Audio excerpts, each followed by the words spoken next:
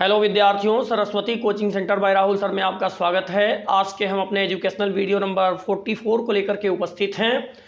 Educational video number 44 आपको जो है क्लास 10th के जो है ड्राइंग एमसीक्यूएस टाइप में जो है लेक्चर नंबर 16 प्रोवाइड कर रहा है। विद्यार्थियों, आपको पता है कि लेक्चर नंबर 15 से ही ड्राइंग का जो एमसीक्यूएस है वो प्राविधिक कला पर आधारित है विद्यार्थियों।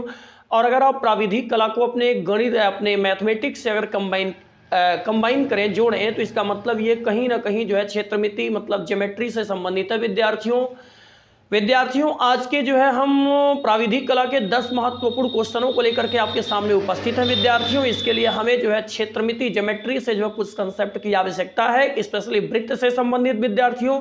तो सबसे पहले हम वृत्त के कुछ कंसेप्ट को जुटा लेते हैं और अपने आप को भी आप चेक करिए कि हमें वृत्त का कौन कौन सा कंसेप्ट मालूम है, कौन सा नहीं मालूम है, मैथ के टीचर द्वारा क्या बताया गया, क्या नहीं बताया गया विद्यार्थियों।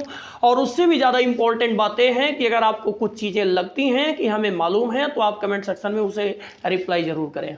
आइए सबसे पहले हम वृत्त का कंसेप्ट लेते हैं।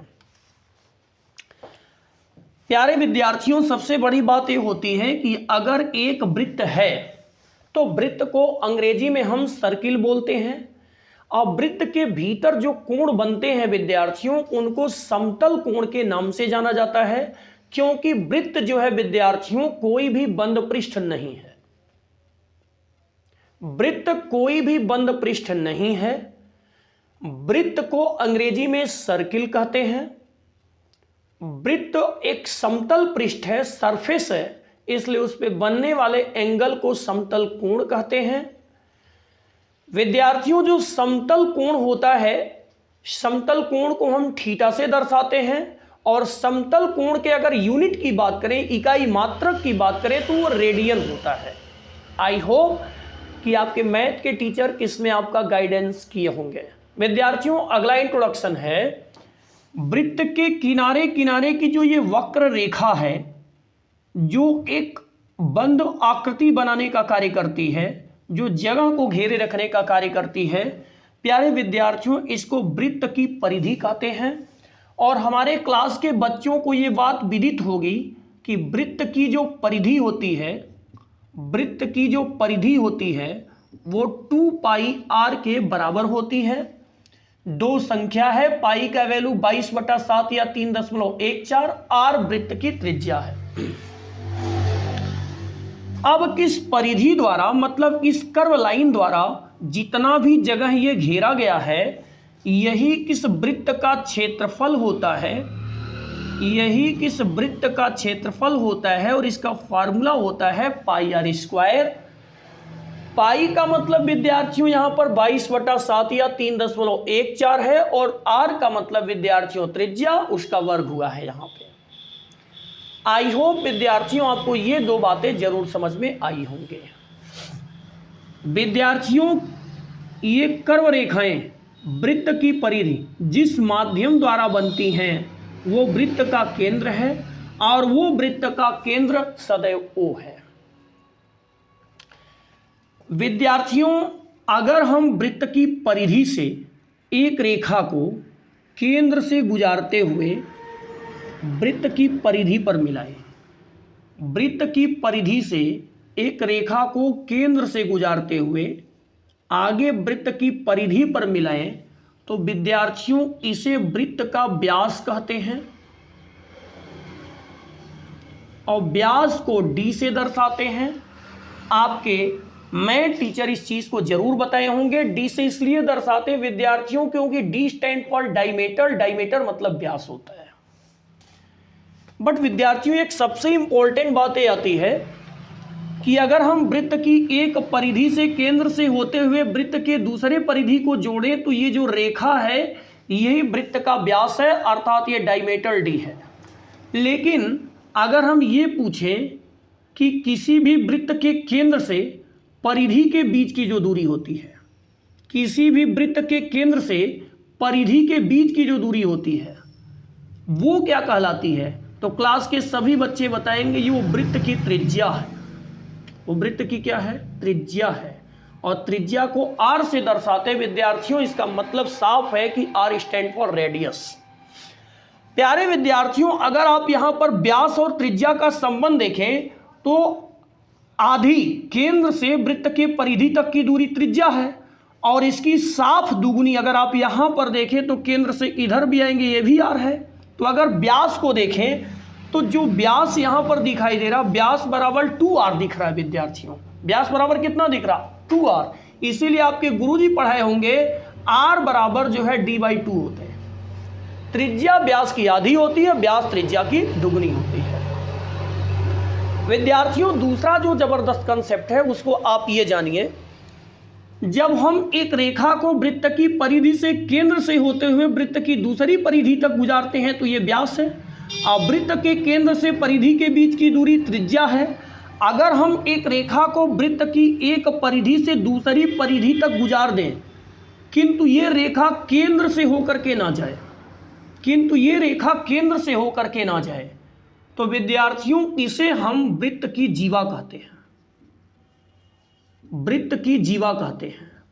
जीवा को अंग्रेजी में विद्यार्थियों कोड बोलते हैं, वृत्त की जीवा कहते हैं। एक परिधि से दूसरे परिधि तक रेखा तो खींचे, लेकिन ये केंद्र से होकर के ना जाए, अन्य भागों से गुजरे, तो इसका मतलब ये वृत्त की जीवा है। बोर्ड एग्जामिनेशन के इस दौर में आपके मैथ टीचर प्रमेय थ्योरम पढ़ाए होंगे या फिर पढ़ाने की चर्चा किए होंगे। उसमें एक प्रमेय आता है, वृत्त के केंद्र से जीवा पर डाला गया लंब जीवा को समद्विभाजित करता है। सिद्ध कीजिए, वृत्त के केंद्र से जीवा पर डाला गया लंब जीवा को समद्विभाजित करता है। समद्विभाजित माने दो बराबर भागों में बांटता है। विद्यार्थियों आप कमेंट सेक्शन में रिप्लाई करें कि कितने लोगों के मैथ टीचर ऐसे हैं जो इस थ्योरम को पढ़ा दिए हैं, सिद्ध करवा दिए हैं कि वृत्त के केंद्र से जीवा पर डाला गया लंब जीवा को समद्विभाजित करता है। आई होप कि आप कमेंट सेक्शन में जरूर इस चीज को लिखेंगे। विद्यार्थियों दूसरी सबसे इंपॉर्टेंट बातें आती है, जो अगली इंपॉर्टेंट बात है उसे भी ध्यान दें। अगर ये एक सर्किल है, इसको हम दो बराबर भागों में बांट दें, तो वृत्त का आधा भाग जो होता है विद्यार्थियों वो अर्धवृत्त है। विद्यार्थियों अगर ये एक वृत्त है, अगर हम इसको 4 बराबर भागों में बांट दें, कितने भागों में विद्यार्थियों, 4 बराबर भागों में, तो जो ये एक हिस्सा निकल करके निकलेगा इसको मैथमेटिक्स की दुनिया में वृत्तपाद कहते हैं। इसको वृत्तपाद कहते हैं। विद्यार्थियों अगली जो इंपॉर्टेंट बात है, जो ये वृत्त होता है, तो वृत्त की जो ये कर्व लाइन है, जो ये वृत्त की आपको कर्व लाइन दिखाई दे रही है, वृत्त की जो ये परिधि दिखाई दे रही है, वृत्त की जो ये परिधि दिखाई दे रही है, किसी भी वृत्त की परिधि जो होती है वो क्या होती है, तो मैं टीचर बताए होंगे कि ये चाप के बराबर होती है। विद्यार्थियों आप कमेंट सेक्शन में इसको लिखें कि आप चाप के बारे में जानते हैं, और अगर चाप के बारे में जानते हैं तो आप इस बात को जरूर बताएं कि चाप कितने प्रकार के होते हैं। हम एंगल अभी नहीं पूछेंगे, आप बताइए चाप कितने प्रकार के होते हैं। विद्यार्थियों इसी कंसेप्ट के साथ हम आज के क्वेश्चन को स्टार्ट करते हैं, और हमें उम्मीद भी है कि आपको ये कंसेप्ट समझ में आ गए होंगे। आइए स्टार्ट करते हैं। वह रेखा जो वृत्त के केंद्र से होकर जाती है, कंसेप्ट लाइए अभी मैंने समझाया है। वह रेखा जो वृत्त के केंद्र से होकर जाती है तथा उसके दोनों सिरे वृत्त की परिधि पर होते हैं। वह रेखा जो वृत्त के केंद्र से होकर जाती है तथा उसके दोनों सिरे वृत्त की परिधि पर होते हैं, उन्हें क्या कहते हैं, तो अभी आपने पढ़ा, उन्हें व्यास कहते हैं। वृत्त के केंद्र से परिधि तक की दूरी क्या होती, वृत्त के केंद्र से परिधि तक की दूरी क्या होती, तो अभी मैंने पढ़ाया, उसको त्रिज्या कहते हैं। वृत्त का अर्धभाग कहलाता है, तो किसी भी वृत्त का जो आधा भाग होता है उसको अर्धवृत्त कहते हैं, मैंने समझा दिया है। वृत्त का चतुर्थ भाग कहलाता है, वृत्त का 1/4 भाग ले लीजिए, मैथमेटिक्स की दुनिया में इसे वृत्तपाद कहते हैं। परिधि का कोई भाग कहलाता है, तो परिधि का जो कोई भाग होगा, परिधि के किसी भाग को ले लेंगे, परिधि के किसी भी भाग को ले लेंगे, तो विद्यार्थियों याद करें, परिधि का जो कोई भाग होता है, परिधि का जो कोई भाग होता है, अभी मैंने नीचे बताया है कि परिधि का जो कोई भाग होता है वो चाप कहलाता है। और कमेंट सेक्शन में रिप्लाई करने के लिए बोले हैं कि आप बताइएगा कि चाप कितने प्रकार का होता है।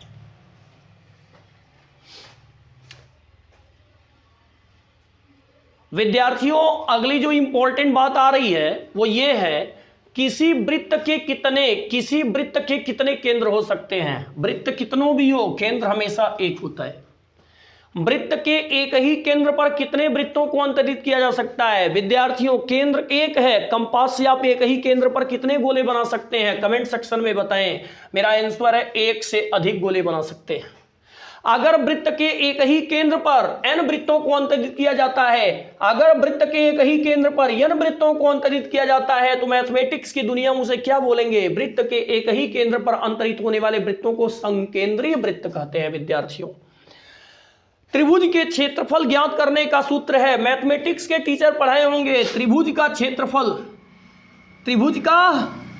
जो त्रिभुज है, त्रिभुज का क्षेत्रफल बराबर किसके होता? 1/2 गुणा आधार गुणा लंब। इसका मतलब आधार गुणा लंब बटा 2, लंब माने ऊंचाई, आधार गुणा लंब बटा 2। विद्यार्थियों, आंसर बिल्कुल है। किसी भी क्षेत्र की सीमाओं द्वारा,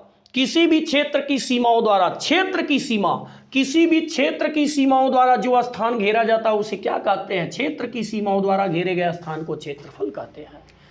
विद्यार्थियों, आज के क्लास में हमें पूरी उम्मीद है, पूरा भरोसा है कि आपको जो है क्षेत्रमिति या फिर प्राविधिक कला से संबंधित एमसीक्यू टाइप क्वेश्चन पूरे कंसेप्ट के साथ समझ में आए होंगे। और पूछे गए क्वेश्चनों को कमेंट सेक्शन में रिप्लाई जरूर करें। और अगर आपको वीडियो अच्छा लगा है तो लाइक, कमेंट और शेयर जरूर करते रहें। विद्यार्थियों, मेरे चैनल को ज़्यादा से ज़्यादा सब्सक्राइब करें, इससे हमको मोटिवेशन मिलता है। आपके लिए ज़्यादा से ज़्यादा वीडियो और अच्छे कंसेप्ट के वीडियो आपके लिए प्रोवाइड करते हैं। विद्यार्थियों, एक वीडियो प्रोवाइड करने के लिए हमें उसके पीछे घंटों मेहनत करने पड़ते हैं। विद्यार्थियों, हमें उम्मीद है कि आप हमारे फीलिंग्स को समझेंगे और चैनल को आगे बढ़ाने का कार्य करेंगे। तब तक के लिए धन्यवाद विद्यार्थियों। Thank you for watching. मिलते हैं नेक्स्ट लेक्चर में।